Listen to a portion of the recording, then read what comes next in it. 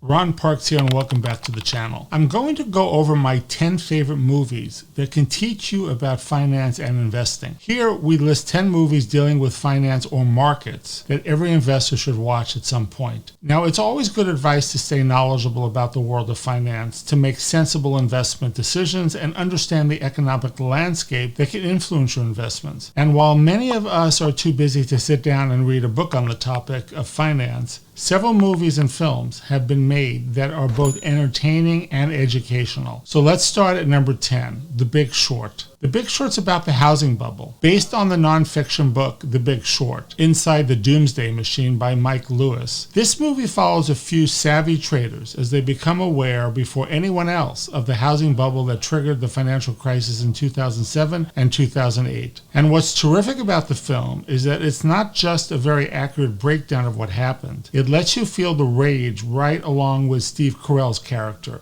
the only one with a conscience. I think my favorite character is actually Kristen Bale's Michael Burry, a hedge fund manager with Asperger's who recognizes just how unstable the housing market was. This movie will give you a step-by-step lesson on how the housing crisis started and where it went. Now, the movie is known for its creative way to break down sophisticated financial instruments by, for example, having Selena Gomez explain what synthetic CDOs are at a poker table, or having Margot Robbie define mortgage-backed bonds in a tub with champagne. It's a lot of fun, and it's great education. Okay, number 9, Barbarians at the Gate. Now, a largely forgotten 1993 TV movie centered on the leveraged buyout of RJR Nabisco. The book centers on F. Ross Johnson, the CEO of RJR Nabisco, who planned to buy out the rest of the Nabisco shareholders. And while the film does take some creative liberties in portraying this real-life event, audiences will be shocked and amused at the incompetence and greed of Nabisco's CEO and the behind-the-scenes negotiations and skullduggery around this famous leveraged buyout.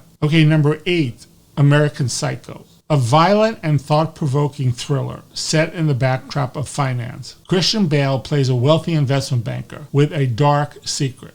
He's a serial killer. And while there is very little actual finance in this movie, American Psycho does shed light on the surreal world inhabited by finance's elite class and the utter disconnect they have among themselves and with reality. Okay, number 7, Glengary, Glen Ross. Now this is covering a little bit about real estate sales. An acclaimed big screen adaptation of a David Mamet play. This infinitely quotable movie focuses on a team of downtrodden real estate salesmen whose morals have been utterly eroded after years of working for their unscrupulous company. This movie showcases the greed and underhanded tactics that sales positions may be exposed to, as well as the pressure exerted on salespeople by their superiors. While the entire cast is top-notch, Alec Baldwin's motivational speech seals the whole movie and brings to light the absolute best and worst faces of working under enormous pressure. Okay, number 6, Rogue Trader. It's about option trading. And this movie tells the story of Nick Leeson, a trader who single-handedly caused the insolvency of Barings Bank, the world's second oldest merchant bank. He was a rising star on the Singapore trading floor. Leeson blew up as quickly as he rose, hiding enormous losses from his superiors in carefully hidden accounts, eventually leading to the mother of all failed trades on a short straddle position on the Nikkei index, which ends up experiencing a large Sigma move.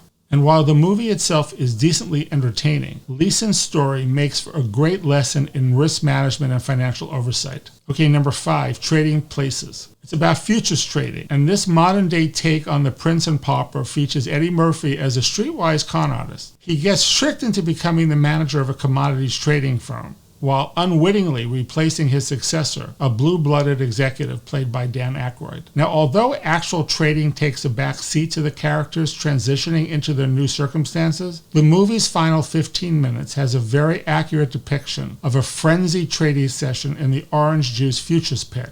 And without revealing the details, this scene alone is worth the admission price. But the supporting cast, the 80s nostalgia, and great acting from the leads make this a must-watch film. Okay, number 4, The Wolf of Wall Street. You've all probably seen it and heard about it. It's about a pump and dump scheme. Well, a pump and dump is a scheme that attempts to boost a stock's price through recommendations based upon false, misleading, or greatly exaggerated statements. The perpetrators of this scheme already have an established position in the company's stock, and they sell their positions after the hype has led to a higher share price. Suppose you haven't seen this Scorsese-helmed biopic chronicling the rise and fall of a famous stock scammer, Jordan Belfort. In that case, you're missing out on some of the best performances of Leonardo DiCaprio and Jonah Hill's career. Just like Barbarians, Pump and Dump, The Wolf of Wall Street is based on real-life events, though again with a considerable addition of drama, around the infamous Stratton Oakmont, an over-the-counter brokerage firm, and a pump and dump scheme that helped IPO several large public companies during the late 80s and the 90s.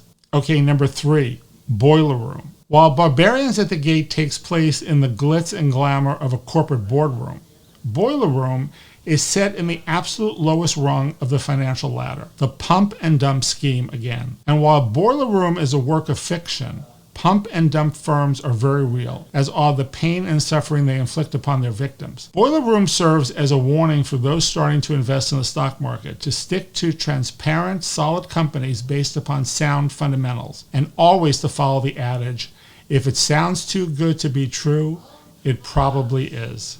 Okay, number 2, Margin Call. This is about derivatives, and perhaps the most financially accurate movie on the list. Margin Call takes place over 24 hours in the life of a Wall Street firm on the brink of disaster. Margin Call does little to hide its contempt for the reckless risk-taking by some of the largest banks in the run-up to the 2008 financial crisis, such as trading complex derivative instruments they barely understood. An incredibly poignant scene in the movie features 2 main characters talking about the impending catastrophe that will soon be unleashed upon their bank and their unsuspecting financial landscape. And at the same time, a janitor stands between them, utterly oblivious to what is going on. Okay, and the number 1 film, in my opinion, Wall Street, about insider trading. Surprise, surprise. The number 1 finance movie every professional must see is the Oliver Stone classic that got thousands of college graduates to utter the immortal phrase, "Blue Horseshoe loves Anacott Steel," as they rushed to their Series 7 exams. Originally crafted to show the excess and hedonism associated with finance, Wall Street still wields incredible power as a recurring tool for traders, brokers, analysts, and bankers nearly 30 years after it was made. Although the movie serves to warn us about the dangers of insider trading, let's face it, who wouldn't want to be Bud Fox or even Gordon Gekko, legitimately, of course, and indulge a bit in our greedy side? After all, as Gekko would say,